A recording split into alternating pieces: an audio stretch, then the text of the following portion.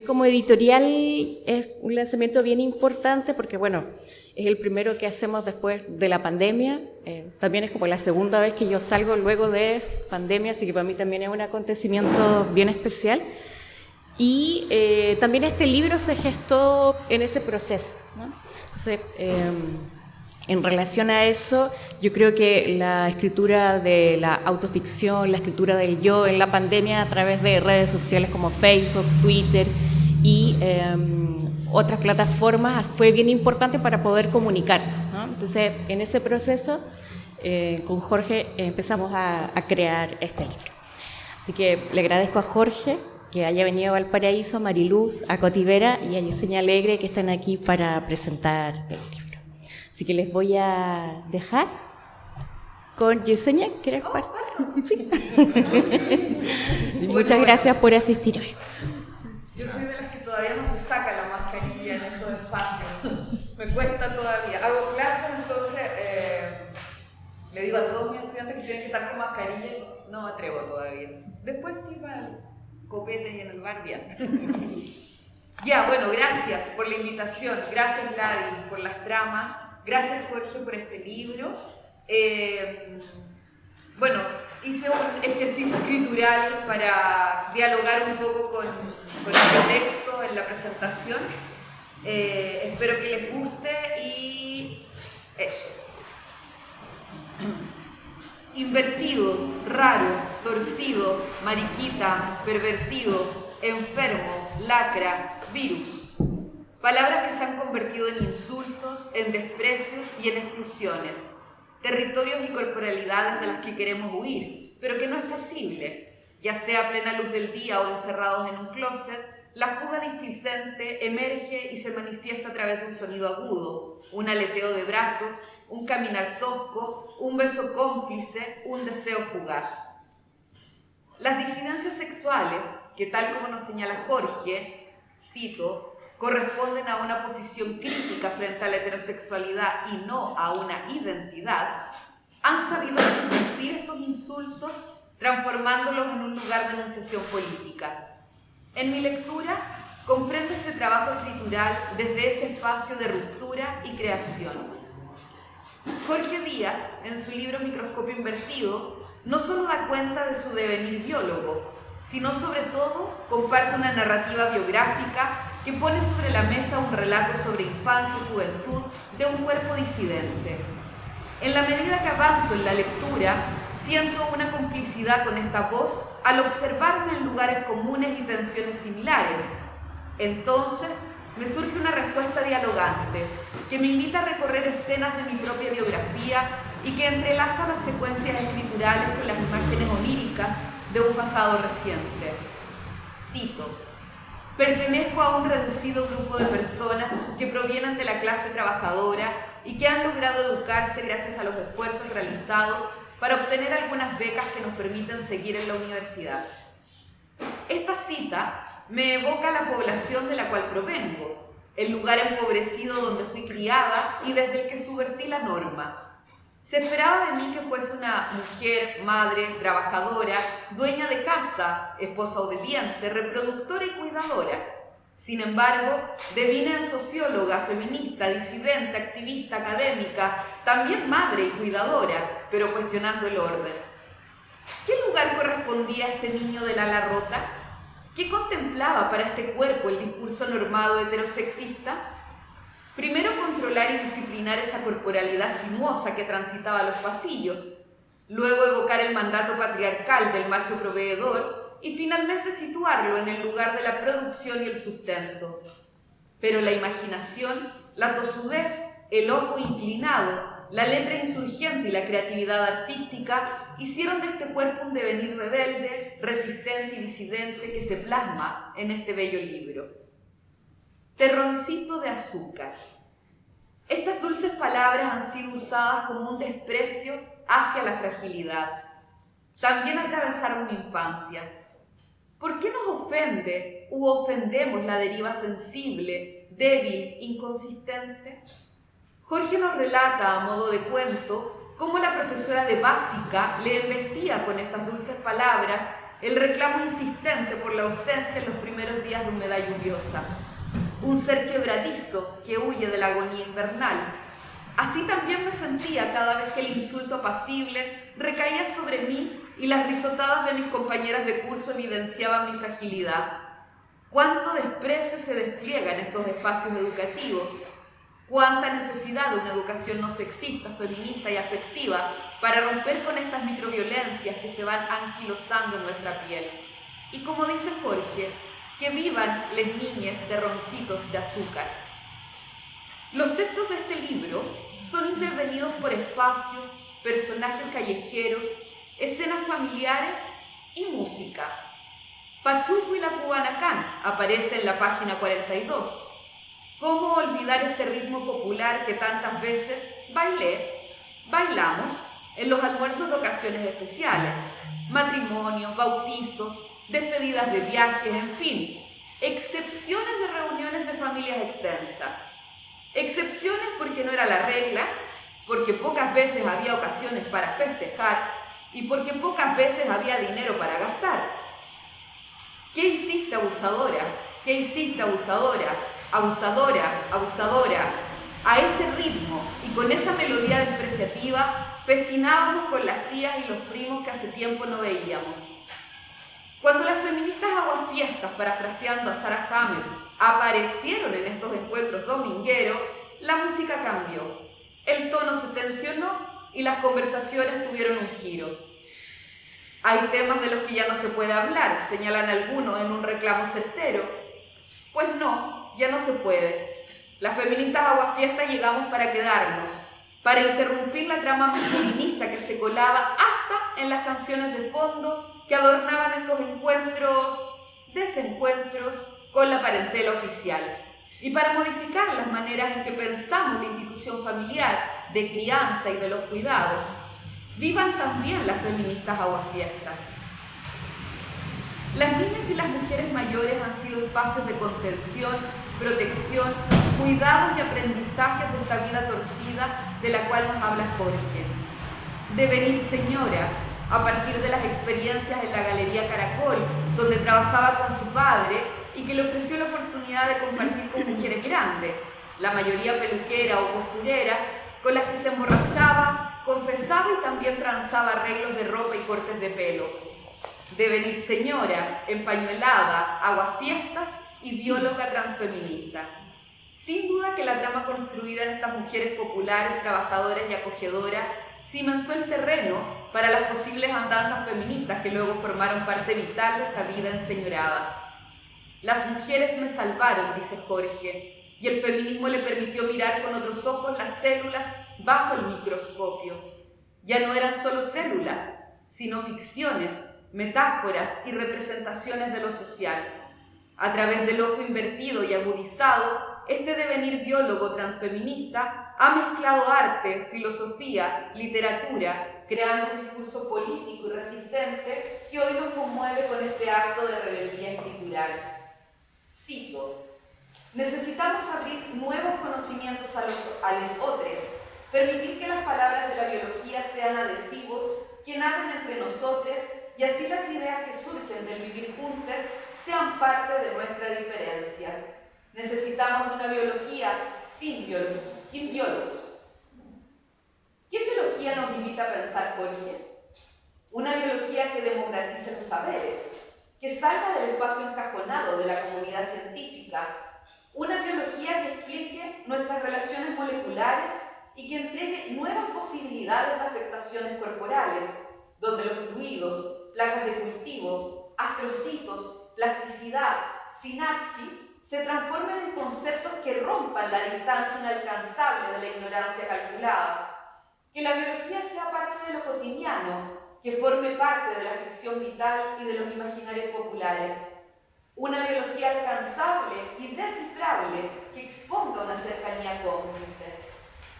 Cito: cadaverina y putrescina son dos de las moléculas que se liberan cuando un cuerpo ha muerto. Son las responsables del olor fétido. Me gusta pensarlas como dos hermanas travestis, atrevidas, mal habladas e insidiosas, que siempre aparecen oportunistamente a arruinar los momentos de felicidad.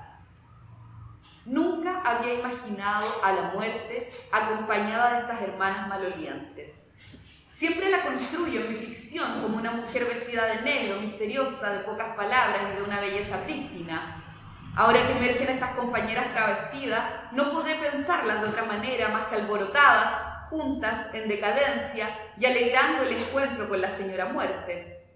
Y es que los relatos de este libro se mueven entre la pulsión de vida y la pulsión de muerte. El niño terror de azúcar y el hombre de la calle que lee y duerme.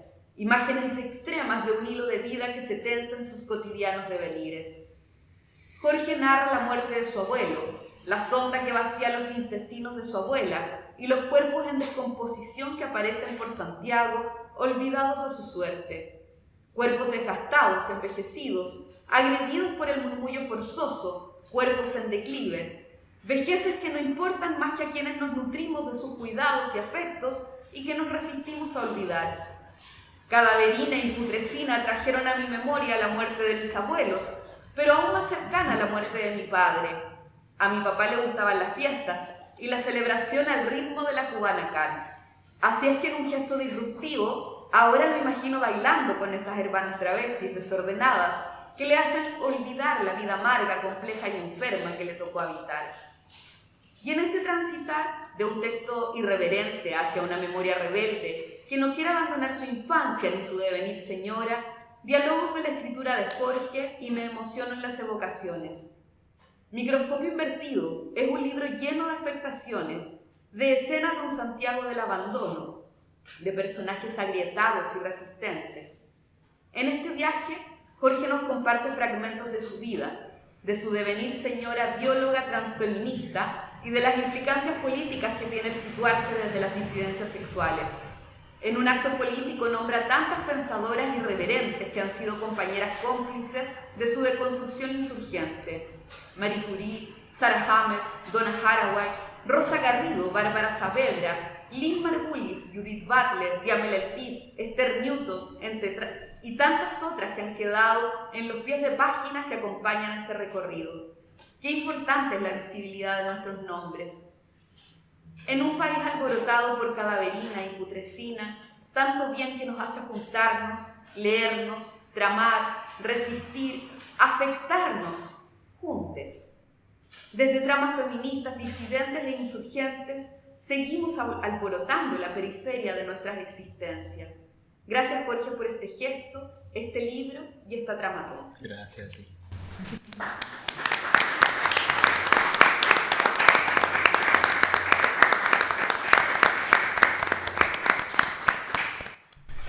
Muchas gracias, Yesenia, por ese texto tan emotivo. Y bueno, seguimos con Mariluz y también quiero agradecer a la librería En el Blanco que nos permite estar en este espacio para hacer presentaciones de libros. Buenas noches. Parece que el audio da la fuerza que, si no, me había asustado ya con esta voz de Yesenia, me pasa la posta, pero esto ayuda. Así que muchísimas gracias, Jorge, por la invitación, a Libros del Cardo por el libro y bueno, a mis colegas que es la primera vez que compartimos mesa. Así que bueno, y a todo el público, la idea es compartir la lectura y algunas evocaciones, algunas anotaciones a este libro que he titulado Laboratorio y Vida, a propósito de Microscopio Invertido, de Jorge Díaz. Microscopio invertido. Microscopio invertido es antes que nada un instrumento de trabajo como lo es el lápiz, la máquina de escribir o el computador. En la foto del lanzamiento que nos convoca vemos a Jorge Díaz junto a uno de ellos.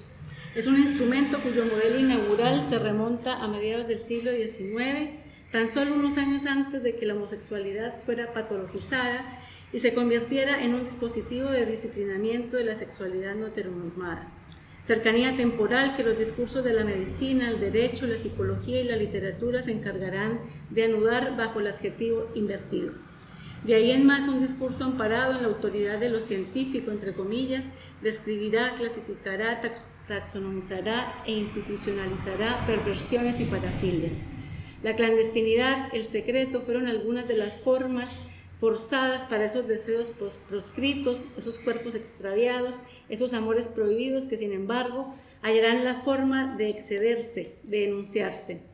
Soy el amor que no osa decir su nombre, afirmó públicamente Lord Alfred Douglas en 1894. Transgresión, subversión, transgresión son algunos nombres de esa política. En el camino, es cierto, han quedado muchas vidas, muchos cuerpos.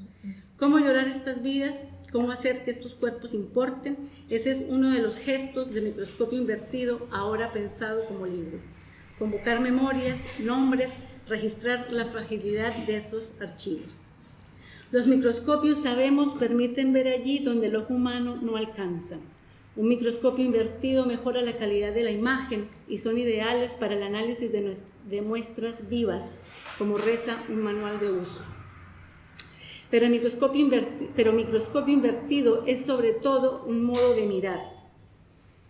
De mirarnos, de mirar a los otros, de mirar la ciudad y la sociedad, de volver a mirar lo que ya vimos, sea en el laboratorio, sea en la vida, bajo una óptica invertida.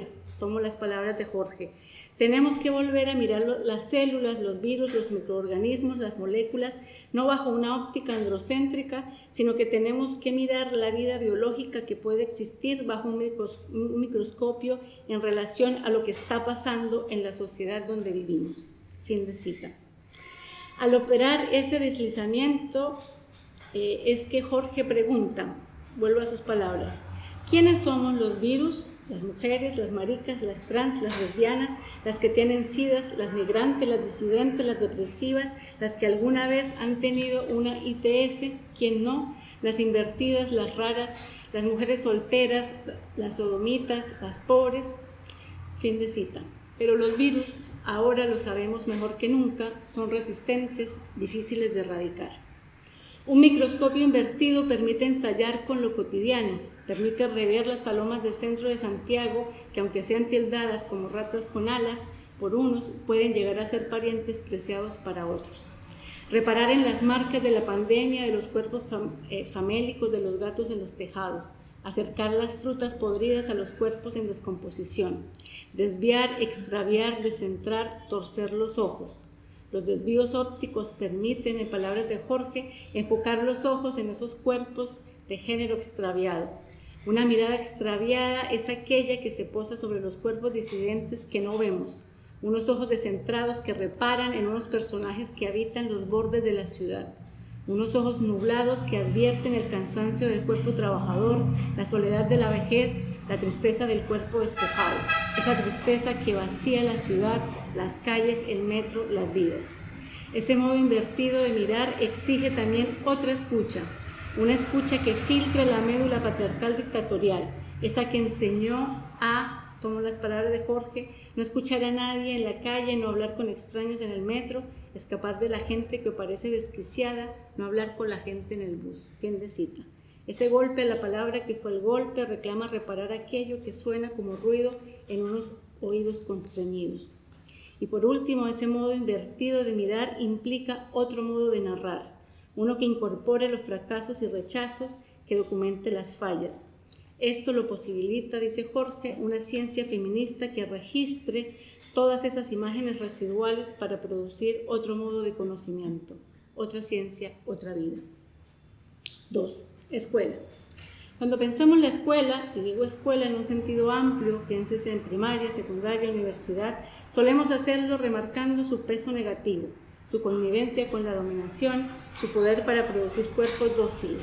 La narramos bajo el signo del tedio y de la repetición estéril, en su lado adoctrinante y autoritario, como lugar de reproducción de las asimetrías sociales e intelectuales. Difícil resulta reparar en su don de vida. Echar luz en esos bordes es como buscar hongos en un ambiente dañado, pero para quienes venimos de realidades adversas, la escuela también ha sido un refugio. La escuela nos habilita el ingreso al mundo, nos permite salir de un mundo familiar estrecho, hostil y opresivo para ingresar a otro que, sin dejar de ser hostil, es un mundo en común, que es ahí donde se da nuestro encuentro con las otras y los otros. En medio del desamparo neoliberal y la violencia patriarcal, siempre habrá una mano cálida que tome esa alita rota, ese niño afeminado, ese nieto tarado, esa fruta podrida. como la señora Margarita, la profesora de castellano, de la que habla Jorge. Siempre habrá una esquina que acoja a los extraviados, como esas bibliotecas de los colegios de educación básica que han sido y tal vez sigan siendo refugios disidentes. Toma Jorge, en las palabras de Jorge. Eran bibliotecas pobres pero llenas de ficciones donde escondernos, con historias épicas de otros tiempos y lugares. El río Mississippi, Atenas, París, Creta. Fin de cita. Fue, por cierto, también una biblioteca, aunque no tan pobre, el refugio que acogió a una Marie Curie recién llegada de Polonia a París. Escribimos a través de nuestras madres, decía una Virginia Woolf de hace casi un siglo. ¿Qué es una Marie Curie en la escritura de Jorge sino uno de esos nombres maternos que cosen la memoria díscola?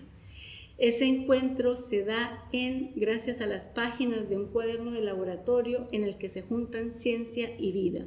La biblioteca, decía, puede ser algo más que un frío acervo, puede ser un albergue de memorias afectivas.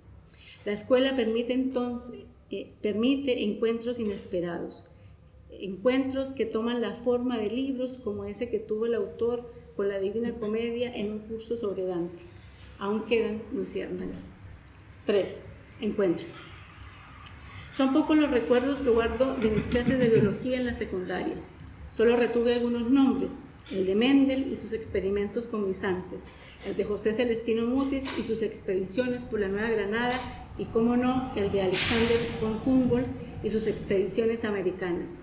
Botánico, geógrafo, matemático, médico y profesor de español el primero, polímata el segundo. Eso era todo. Pero Mendel y Mutis eran además sacerdotes en una época de dominio imperial colonial. Un colonialismo que hacía extensiva la naturaleza su lógica de dominación.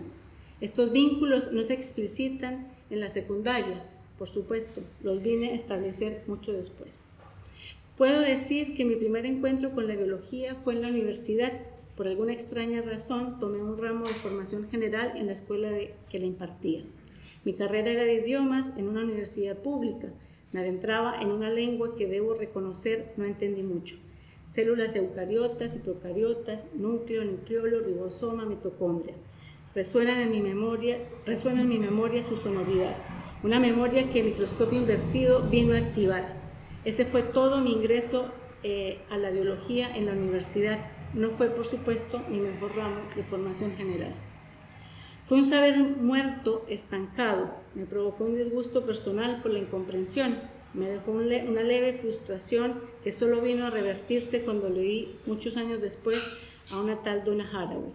Fue todo un descubrimiento ver ante mí lo que la biología puede. Descubrí cruces insólitos entre saberes aparentemente dispares como la biología, la literatura y el feminismo.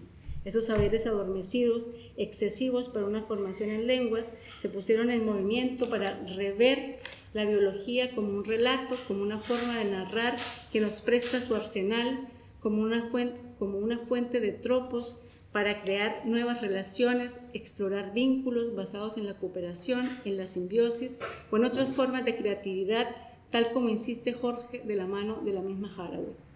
Mi microscopio invertido nos recuerda la riqueza de ese mundo de hongos, bacterias, levaduras, lípidos, moléculas, proteínas y aminoácidos. Esa riqueza que se nubló en mi primer encuentro consciente con la biología, pero que ha sido la perspectiva feminista la encargada de recordarnos los vínculos vitales que nos atan a ella. Para que este encuentro tenga lugar, necesitamos sacarla del espacio disciplinar, como lo hace y nos invita a hacerlo el autor que nos convoca. Cierro este apartado con sus palabras. No es posible que la biología sea propiedad de los biólogos. La biología es una narración que ha sido hecha para todos.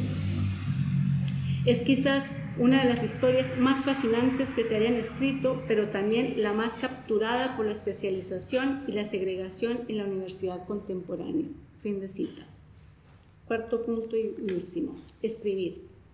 Al avanzar en la lectura tenía una sensación vaga, aunque cautivadora, una sensación de entrar en un lugar atiborrado, mezclado, misceláneo, heterogéneo.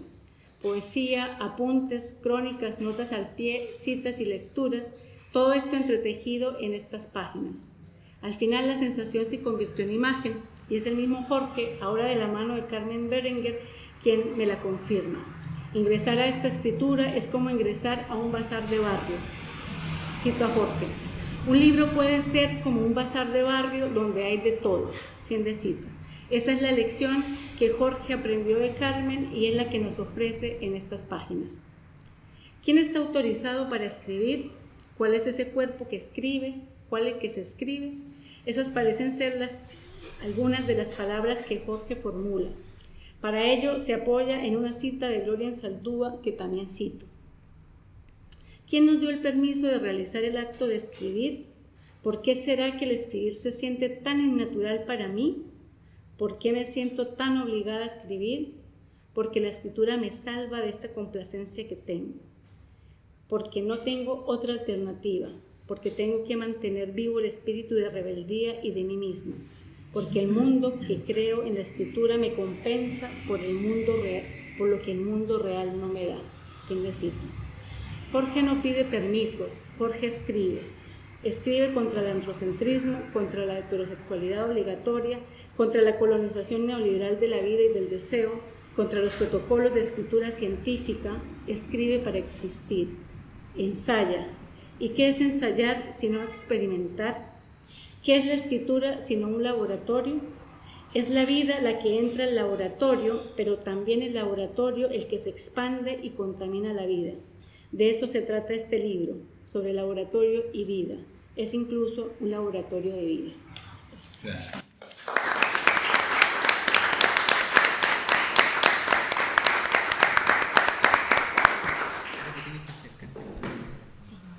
Gracias, Mariluz.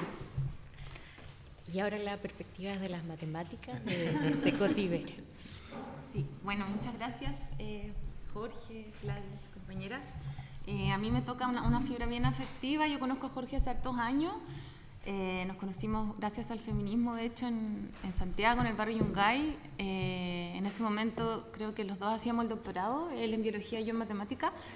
Y claro, en este grupo de amistades que compartíamos éramos los raros un poco, bueno, raro aquí, raro allá, y de alguna manera compartíamos esa complicidad de estar en un lugar también cuestionando a la ciencia, estar en la ciencia pero a la vez cuestionando e interrogando esta producción de verdad que es también bien difícil de interrogar.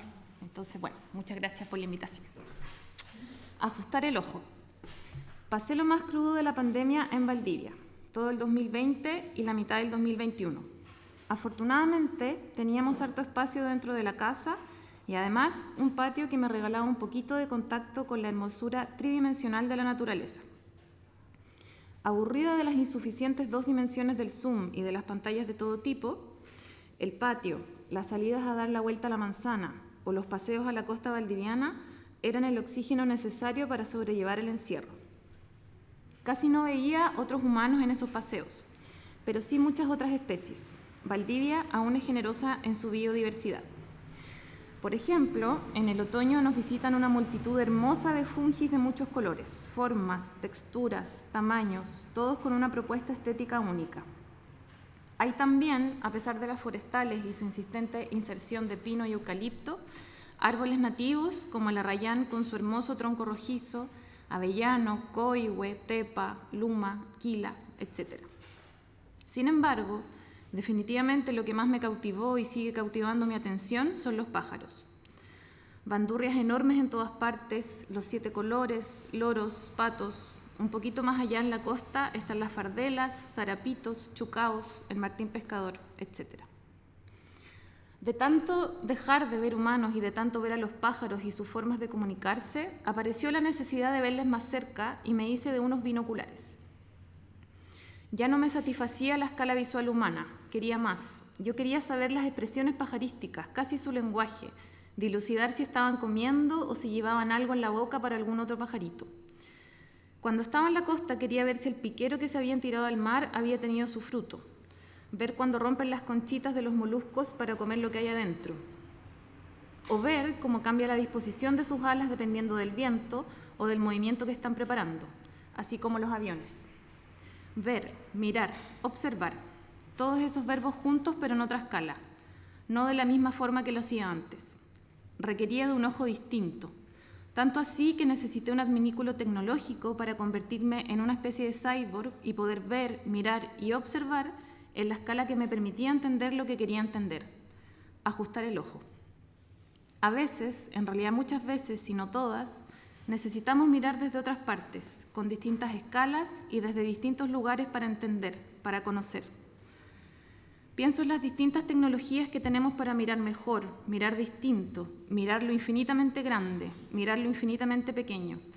Lentes ópticos, binoculares, telescopios, microscopios y ahora, además sé, gracias a Jorge, de la existencia de los microscopios invertidos. Un microscopio invertido se diferencia de un microscopio usual por el origen de la fuente de la luz. Un gentil recordatorio de que no es solo que necesitamos escalas distintas para poder mirar lo que no vemos, sino que también cambios en la fuente de luz nos entregan nuevas perspectivas. Y así un sinfín de ajustes en distintos parámetros a fin de ampliar la mirada, de ajustar el ojo.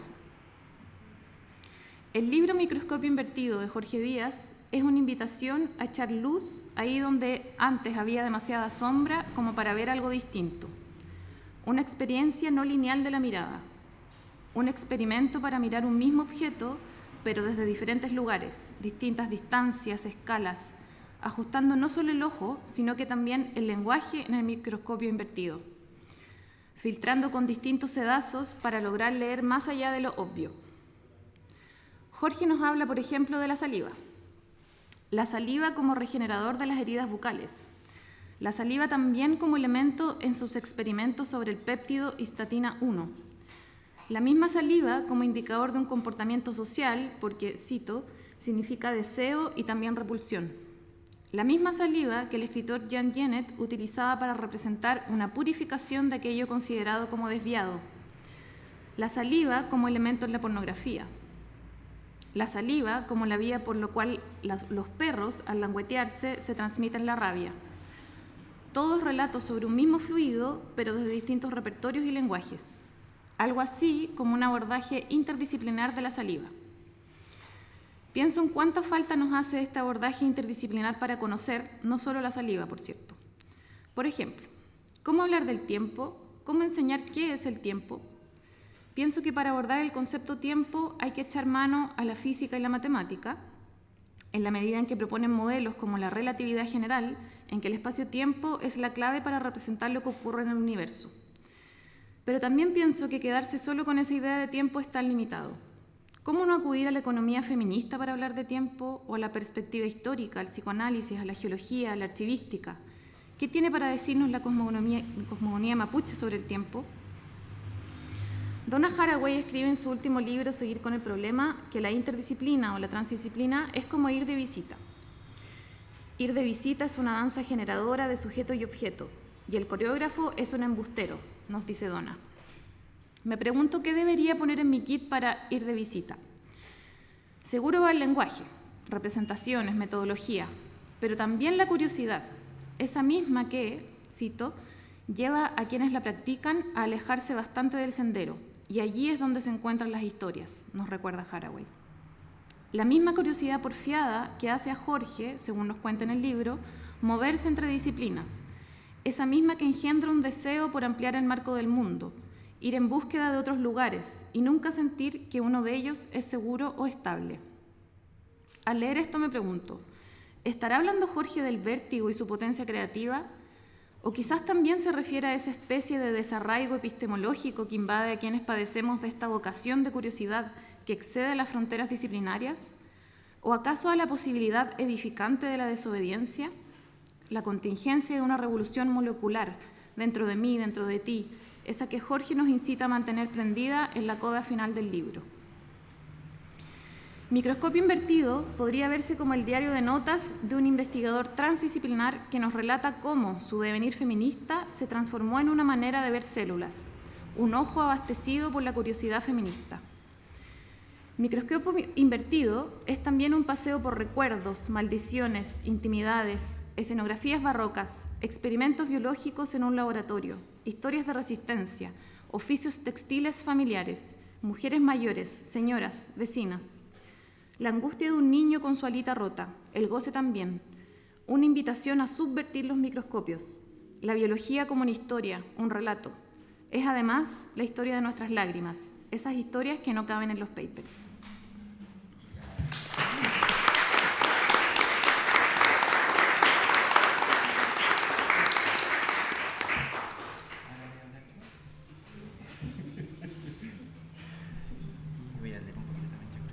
Hola a todas, todos, todes, gracias por venir. Me gusta porque esta presentación además veo puras caras conocidas, puras amigas, así que gracias por acompañarme en esta presentación acá en Valparaíso. Gracias a las personas de la Librería en Blanco por acogernos acá en este lugar hoy día. Gracias también a Gladys, obviamente, por la invitación que ella me hizo a armar este libro.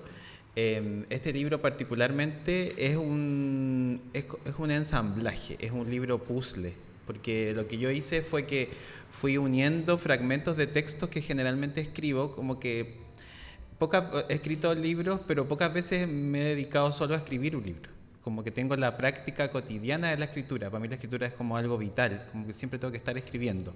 Entonces no es que tenga el tiempo de los escritores que dicen ahora voy a escribir un libro, sino que de alguna otra manera siempre estoy escribiendo el libro. Y Gladys me invitó a hacer este libro. Muchos también de estos textos, no todos, pero muchos, los compartí alguna vez en redes sociales, en Facebook, en Instagram principalmente, que eran como reflexiones que iba teniendo entre un experimento y otro, en una marcha, después de hacer una acción, una performance, después de leer un libro. Y siempre he tenido esta necesidad de escribir. Y a través de esa necesidad de la escritura se fue armando el libro, que inicialmente se llamaba, en mi primer borrador se llamaba Exilios microscópicos, pero trabajo en un laboratorio de investigación en biología, y ahí hay muchos microscopios invertidos, pero yo no había tomado la potencia de lo que podía significar la palabra microscopio invertido. Y de hecho lo subí en un momento en Facebook, puse eso, como que me di cuenta que trabajaba con microscopios que se llaman invertidos. Y una amiga me dijo, claro, ese es el título de tu próximo libro. Y yo dije, sí, la Camila, de hecho es la amiga con la que compartimos con Coti. Y una de las amigas que compartimos con Coti. Y me pareció que era muy potente esa expresión. Y creo que también es muy importante cuando podemos sacar la biología de los laboratorios. Para mí ha sido muy fuerte, muy potente darme cuenta cómo los conocimientos de la biología, que para las personas que nos dedicamos al estudio de la biología son como parte de nuestra cotidianidad, cuando salen, solo el hecho de sacar esas palabras de esos lugares, de esos laboratorios hacia otros espacios, genera una multiplicidad de lecturas e inclusive de inspiración para la creación de otro tipo de cosas. A mí de procesos, de escritura, de inspiraciones. A mí eso me parece muy, muy potente, muy importante, y que creo que tiene que cada vez hacerse más, porque de alguna otra manera creo que la biología es una ciencia muy importante, pero también ha sido una ciencia muy capturada por la universidad. También porque hay muchas especializaciones, hay personas que se especializan en las cosas más asombrosas que ustedes pueden creer sobre la biología. No sé, hasta la aleta del pescado que vive en un cierto ecosistema en el norte de Inglaterra, y esa persona hace su doctorado y estudia toda su vida esa aleta, ese pescado, en ese mar, en ese contexto, y escribe paper. Y entonces es muy específico, hay mucha especificidad. Y creo que la especificidad es muy buena porque permite profundidad, pero también es muy mala porque nos aísla de alguna otra manera. Nos vuelve sujetos que pareciera que no viven en el mismo plano que otras personas. Y esa ha sido mi intención y mi deseo con la escritura, tratar de sacar esos conceptos de la biología y ponerlos en otros lugares para que inspiren a otras personas en otras instancias. Obviamente que hay principalmente esta bióloga Donna Haraway, una bióloga que yo creo que a todas las personas que la leen también les revoluciona su pensamiento.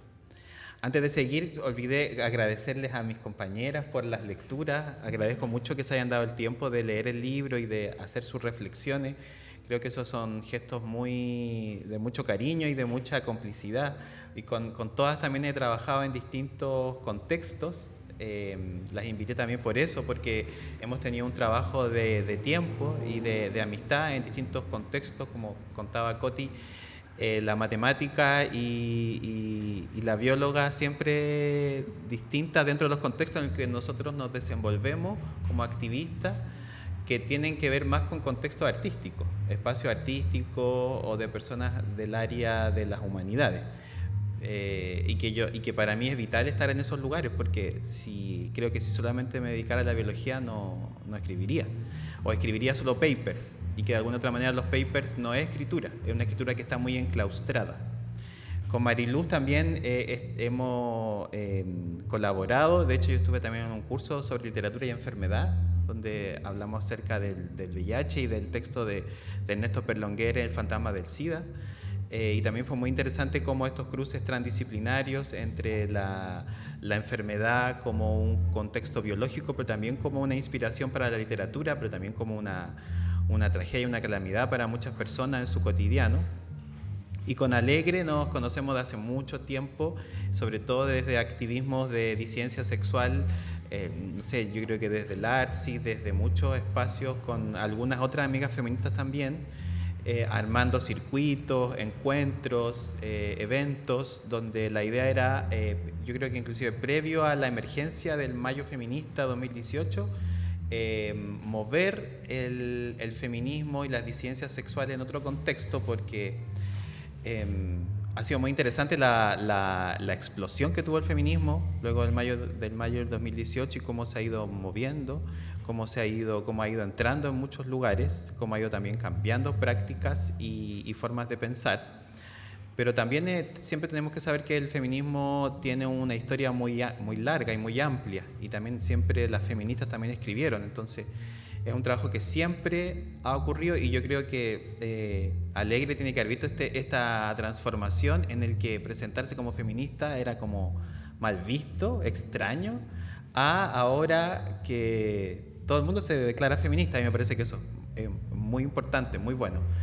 Y también en el tiempo que va a pasar nos llama a profundizar a cuál es el feminismo, porque el feminismo en verdad es una palabra que está escrita en plural. Son muchos los feminismos que abarcan en general ese contexto. También he estado pensando en el libro como otro tipo de algo que está muy de moda también ahora, pero que esto es distinto, que es la divulgación científica. De hecho, recuerdo, hay un texto, el de Cadaverina y Putrescina, que lo voy a leer en un momento porque gusta harto ese texto. Me acuerdo que ese texto me invitaron a presentarlo en un encuentro mexicano, y que ellos le pusieron de divulgaridad científica, como para romper esta idea, porque hay muchos ahora divulgadores, y de hecho les va muy bien a los divulgadores con sus libros. Sin embargo, también sigue siendo un modo de escritura la divulgación. La divulgación también se escribe en un modo claro, en un modo pedagógico, en un modo que igual elimina las contorsiones del lenguaje, porque la idea es que si algo tan complejo como la ciencia quiere ser explicitado a la sociedad completa, debería también ser escrito en un lenguaje muy simple. Sí. Este es otro tipo de divulgación, no sigue esa lógica.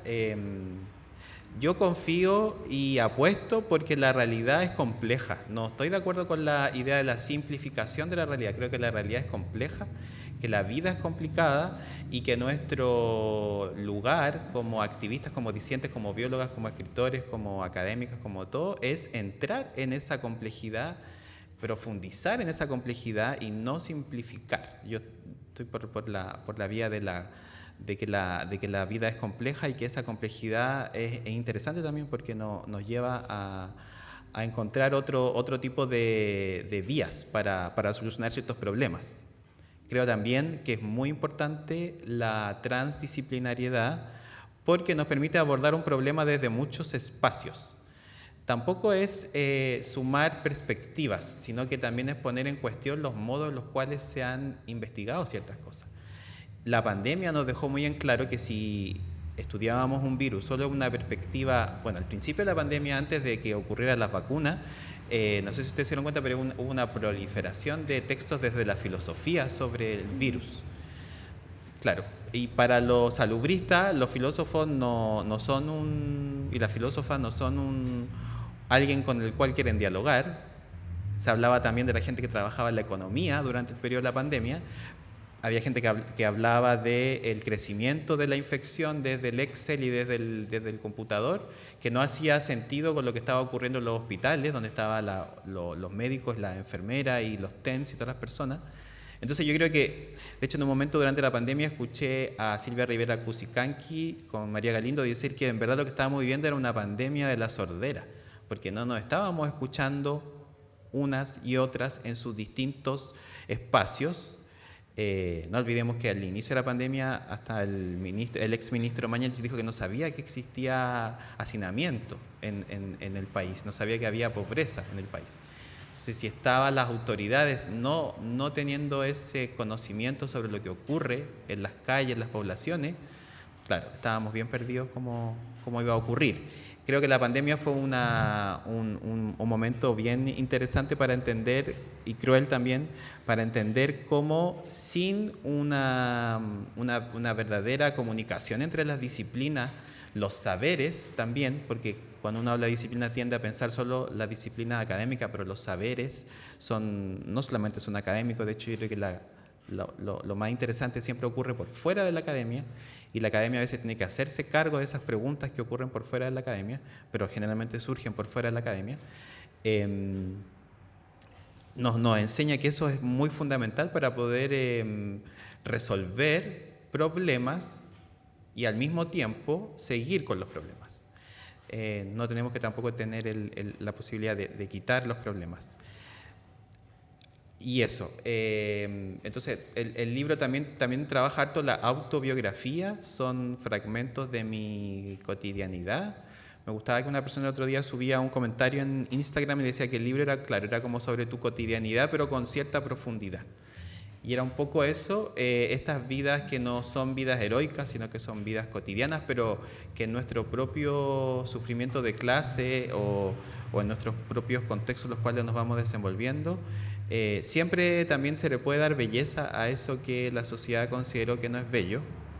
Y ahí me parece que la propia ciudad ya es una fuente de inspiración súper fuerte para escribir, para dejar un consignado algo de lo que está ocurriendo. El libro tiene también algo muy de bitácora, de la bitácora de mi realidad como biólogo activista de disidencia sexual, que sigue trabajando en los laboratorios de biología. Así que eso, les agradezco mucho que hayan venido hoy día a acompañarme. Voy a leer algunos fragmentitos del libro y eso.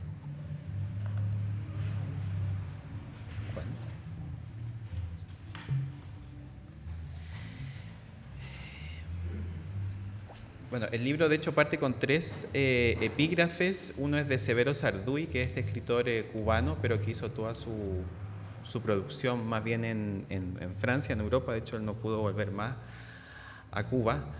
Y de hecho también el libro tiene un diario de Cuba, que yo fui la primera vez que hice una residencia artística fue en Cuba. Me invitaron, a mí me pilló el estallido social en Cuba, yo estaba allá. Llegué como a la segunda semana que ya había partido el estallido, y me habían invitado a hablar acerca de la infección, que después vino además la pandemia. Entonces me invitaron previo a lo que iba a ocurrir, y era un grupo de teatrólogas que querían mezclar a científicos, artistas y activistas para hablar sobre la infección. Y para mí esa fue la primera vez también que me di cuenta cómo las metáforas biológicas eran tan potentes. Y de hecho después la segunda vez también fue en un grupo que se llama Liquid Lab, la segunda residencia, que también mezclaba científicos, artistas, que hablábamos acerca de cómo pensar un nuevo mundo del confín de América. Y de hecho estaba Rocío, una amiga con la que navegamos, porque navegamos el Estrecho de Magallanes, tratando de entender otras formas de mirar. Y una de las citas de Sarduy, que ahora vuelvo, es la totalidad es una maqueta narrativa, un modelo. Cada uno podría, leyendo sus cicatrices, escribir su arqueología. Y esa es como un poco la máxima del libro. Otra cita es de Haraway que dice: la biología no es simplemente una metáfora que arroja luces sobre otra cosa, sino una fuente inagotable para entender la no literalidad del mundo. Y una tercera, que es muy cortita, de Carmen Berenguer, que sí, ella me enseñó que un libro es como un bazar donde uno puede poner de todo, no necesariamente hay que seguir la norma de que si es un libro de poesía solo tiene que haber poesía, sino que puede existir crónica, nota, y es muy corta y dice: una basurita en el ojo.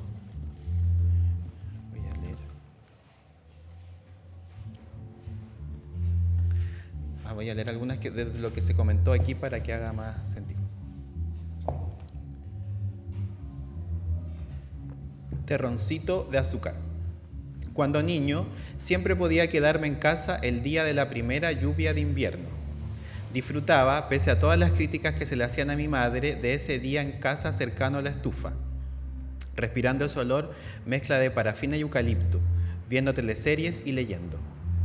Ahí viene el terroncito de azúcar, me decía burlonamente la profesora al día siguiente cuando llegaba a clases. Ella decía que la primera lluvia me deshacía. Esta expresión nunca la olvidé y generó eco en mi infancia afeminada, que siempre mostraba una desobediencia a la masculinidad obligatoria. Mis compañeros hasta jugaban fútbol bajo la lluvia, algo que mi flemática mirada de niño afeminado nunca pudo y nunca podrá entender. Siempre odié un poco a los hombres, a mis compañeros, y las niñas me acogieron en sus grupos, porque las mujeres siempre abren sus espacios a las identidades torcidas. Vivan los niños terroncito de azúcar, a los que se les deshace la vida, a los que no quieren ser masculinos, los que odian la competencia y los fracturados en el deseo, los que hacen almíbar con el azúcar que aprietan en la mano por miedo o por vergüenza. Mientras crecí, aprendí el gusto por el caramelo, esa misma azúcar derretida que se vuelve oscura con el calor del fuego. Quiero aprender a calentar el almíbar de mi infancia y volverme un poco ese caramelo oscuro y líquido que endulza y quema al mismo tiempo. Hilacha. Pasábamos todos los días por fuera de la Facultad de Derecho de la Universidad de Chile. Mi papá me decía que algún día estudiaría ahí. Yo lo creía. Nunca fue cierto, por suerte. Seguíamos caminando por Bellavista, llegábamos al salón de corte y confección. Era invierno, eran mis vacaciones de invierno. Mi padre cortaba pantalones, yo deshilachaba pretinas, cierres, quitaba los pelos de hilo que sobraban de los pantalones confeccionados. Un amigo de mi papá, de ojos rojos, usaba siempre la misma ropa. Su esposa la lavaba de noche. En la mañana, cuando llegaba al trabajo, armaba unos sándwiches de queso, los cubría con un papel grueso y ponía la plancha industrial hirviendo sobre esos panes, que se derretían. El mejor invento de la mañana. Todo el día las máquinas funcionaban, las costureras solo paraban brevemente, al baño o a tomar un jugo en sobre comunitario que se preparaba. Al lado del taller había una academia de baile de una mujer con apellido, Connolly, que tenía el pelo blanco. Salían niñas elegantes que las iban a buscar con sus tutús puestos. Salían varones delgados, llenos de músculos, hermosos, amanerados. Yo miraba a mi padre cortar gruesos fardos de tela. Primero los marcaba con una tiza, luego seguía la línea con una máquina gigante, mientras yo deshilachaba. Pasaba mis vacaciones ahí. Era todo un panorama venir al centro, comer completos a la salida, pollo con papas fritas si venía a buscarnos mi mamá y mi hermana, tomar la micro de vuelta a casa. No sé cuándo dejó de existir ese taller, creo que cuando llegaron los malls. Antes teníamos muchos pantalones de todos colores y telas, aunque el amigo de mi papá nunca se puso ninguno diferente al que siempre llevaba puesto.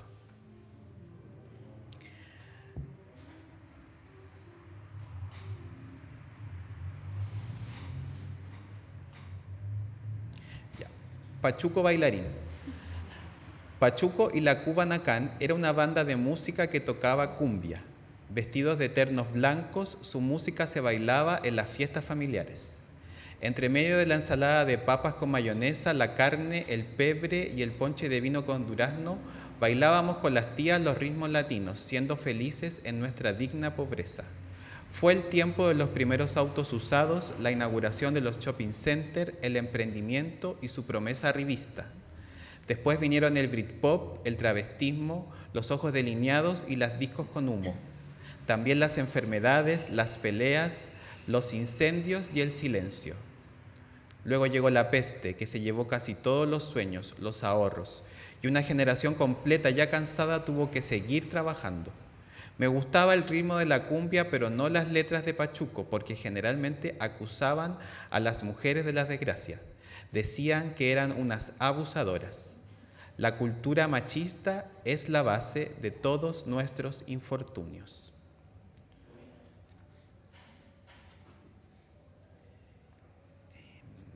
Voy a leer una más de esta.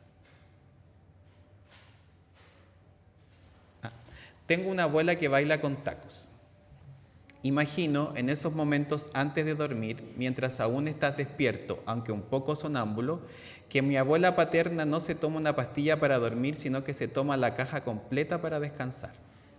Cuando pienso una imagen de ella, la veo muy arreglada y elegante, en tacos altos, bailando toda la noche, fumando cigarrillos, tomando vino hasta que llega la madrugada. Siempre me dormía temprano en las fiestas familiares que solían hacerse bien seguido, un cumpleaños, un bautizo, algún aniversario. A veces despertaba en la madrugada y aún bailaban tangos, rock and roll y cumbias hasta la salida del sol.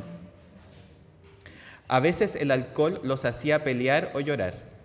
Son las maneras en que las familias como la mía se daban la licencia de ser felices por una noche y la extendían hasta que ya no se pudiera más. Pero ya no hay ni más noches ni más tacos.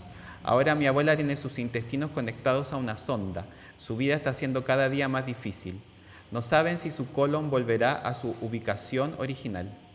Mi abuela siempre tomó pastillas para dormir. Sin ellas el descanso era imposible. Luego dormía hasta tarde. No tuvo marido. El abuelo fue un día a comprar pan y mantequilla para el desayuno y nunca regresó. Eso es todo lo que sé. Las familias tienen cuentos inverosímiles para justificar el abandono. Recuerdo que ella siempre nos contaba que llevaba un revólver de juguete en la cartera, de esos juguetes que parecen reales, por si a alguien se le ocurría asaltarla al volver de alguna de las casas donde limpiaba y cocinaba. Ella pertenece a esa generación de mujeres que se alfabetizaron en la adultez de sus vidas. Recuerdo de niño haber visto sus cuadernos y compararlos con los míos. Tomaba el té como si fuera un almíbar y tantos cigarrillos y vino hicieron que su colon colapsara a esta edad avanzada que tiene. Soy un mal nieto porque no la visito mucho, tampoco a mi abuelo, que está postrado, pero él al menos tiene una familia completa que lo cuida, partiendo por mi otra abuela que se desvela por su salud. Quiero pensar que escribir sobre ellos, que dejar una pequeña memoria de estas vidas difíciles y estos cuerpos destrozados, como síntomas de un sistema económico cruel, puede redimirme del abandono. No lo creo, pero aún así no quiero dejar que sus vidas se vayan sin que nadie cuente sus desventuras, como el diario de vida de alguien que registra la manera en que otra persona va perdiendo la memoria frente a sus ojos. Escribo esto cuando termino de leer el libro Desarticulaciones de Silvia Molloy, donde la escritora, en pequeños fragmentos, cuenta cómo una muy querida amiga comienza a perder la memoria. Importa con qué ideas pensamos otras ideas, con qué textos escribimos otros textos. Ese libro me animó a escribir la historia de mi abuela enferma, no de la memoria, sino de un cuerpo que envejece y se deteriora. Una abuela que seguramente nunca leerá las letras de su nieto torcido.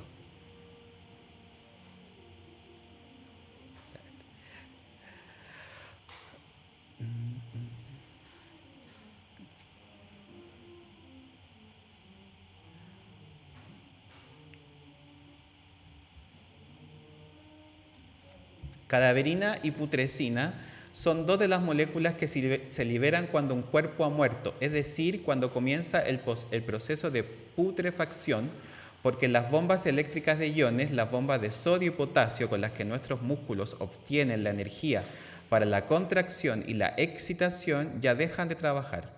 Son las responsables del olor fétido de la muerte, porque cuando el rigor mortis de la carne se impone al cuerpo que ya no tiene moléculas energéticas para seguir, se liberan estos olores en abundancia. Es también una alerta, una llamada de atención, un halo que, desde la muerte, nos recuerda la vida. Cadaverina y Putrescina me gusta pensarla como dos hermanas travestis, atrevidas, mal habladas e insidiosas, que siempre aparecen oportunistamente a arruinar los momentos de felicidad. Son hermanas inseparables y cómplices, se aman y odian. Ya van 2 casos en el último tiempo en que los edificios antiguos del centro de Santiago se aromatizan con este olor de una manera insoportable y entonces comienza la búsqueda de los cuerpos muertos dentro de los departamentos. Mucha gente de edad, enferma y cansada, muere sola en sus habitaciones sin que nadie se entere. En mi edificio pasó hace poco, en el de otra amiga también. El aroma de la muerte inunda los antiguos edificios del centro con su característico aroma a vejez y soledad. Vivimos entre ancianos y ancianas enfermas y abandonadas, esperando el tiempo de su muerte. Esas son nuestras vecinas. Mientras comemos, estudiamos, cocinamos o estamos teniendo sexo, Cadaverina y Putrescina están atentas a aparecer en cualquier momento para evidenciar la tristeza del desamparo de una sociedad que siguió el patrón de la familia nuclear heterosexual como molde y que, demostrado con los años, significa puro abandono. La liberación de estas moléculas ocurre cuando estamos vivos también, aunque a menor escala.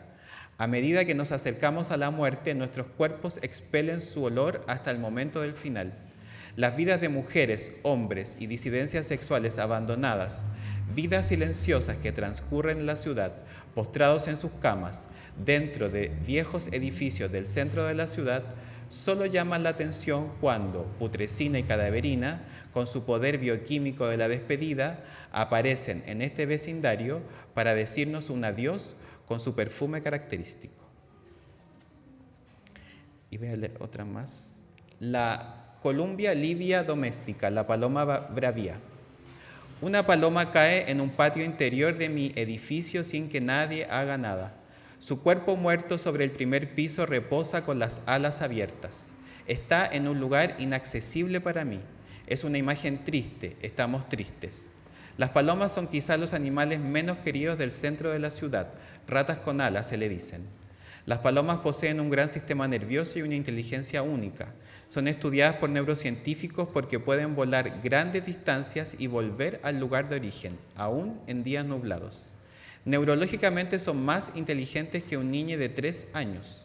Saben vivir en comunidad, se mueven con ayuda de otras aves en danzas migratorias colectivas. Han sido alimentos para algunas familias pobres. Han servido para hacer estudios medioambientales porque, al moverse por sectores urbanos y a una altura no tan elevada, han censado la contaminación de las ciudades. Son analizadas y exterminadas. Tienen muy mala fama, portan infecciones, nadie las quiere mucho. Las queman y las destruyen siendo ellas tan inteligentes. Su figura sirve para marcas de jabones y hay algunas, las blancas, que son las portadoras de la paz. Pero a mí me interesan las grises, las que nadie quiere. Pigeons, se dice en inglés. Moria Carey, mi gata, las mira desde el pequeño balcón interior de mi departamento en el 5º piso.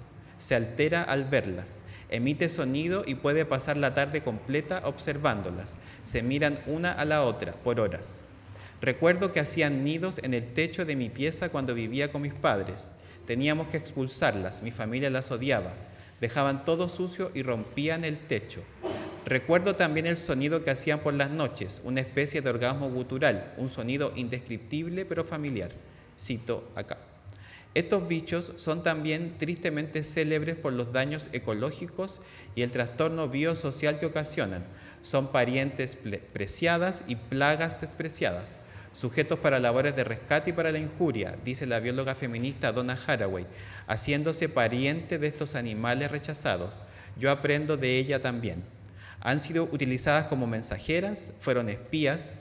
Cada mediodía las veo, vuelan rápido, asustadas, luego del estruendo del cañonazo que emiten desde el cerro todos los días.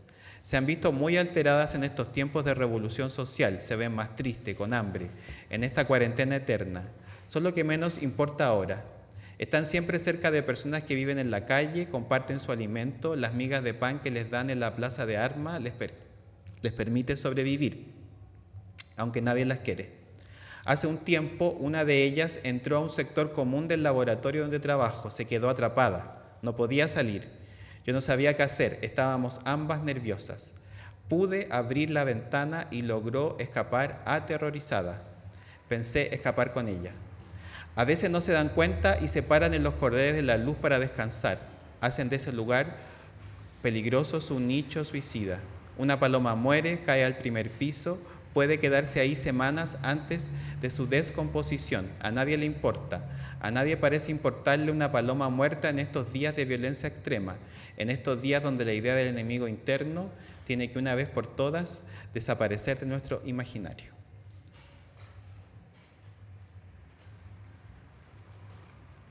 No te preocupes.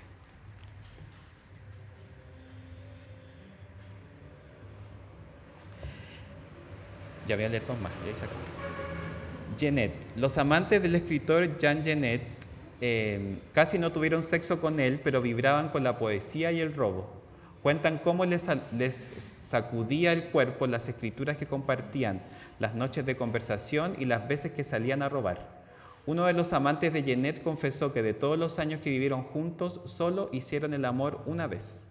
El frenesí del deseo homosexual estaba en la relación con las palabras y con los límites de lo socialmente aceptable. Los que roban a los ricos son los verdaderos revolucionarios. Queda poca poesía. Hoy gran parte de la homosexualidad se reduce a mostrar muslos, torsos, penes y nalgas con la promesa de una penetración entre quienes cumplan con las normas de belleza occidental, para quienes la masculinidad está sobrevalorada. Se está acabando la poesía. La rebeldía de la homosexualidad se pactó en la posibilidad de una penetración entre iguales, pero se sofocó la palabra y su subversión.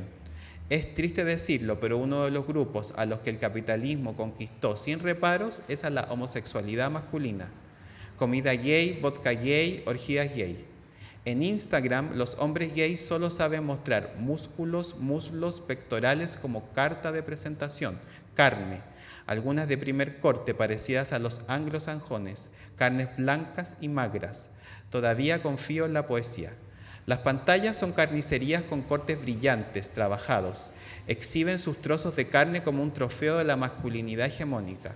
Las pantallas de esta red social moldean los gustos. Nos hacen creer que el deseo viene de cuerpos turgentes y de músculos henchidos de proteínas artificiales.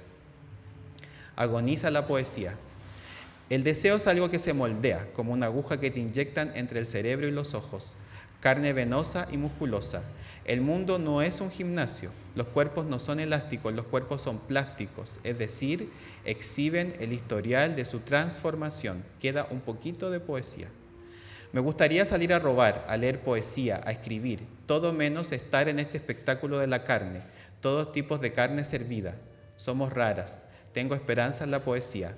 Y de Genet casi no queda nada.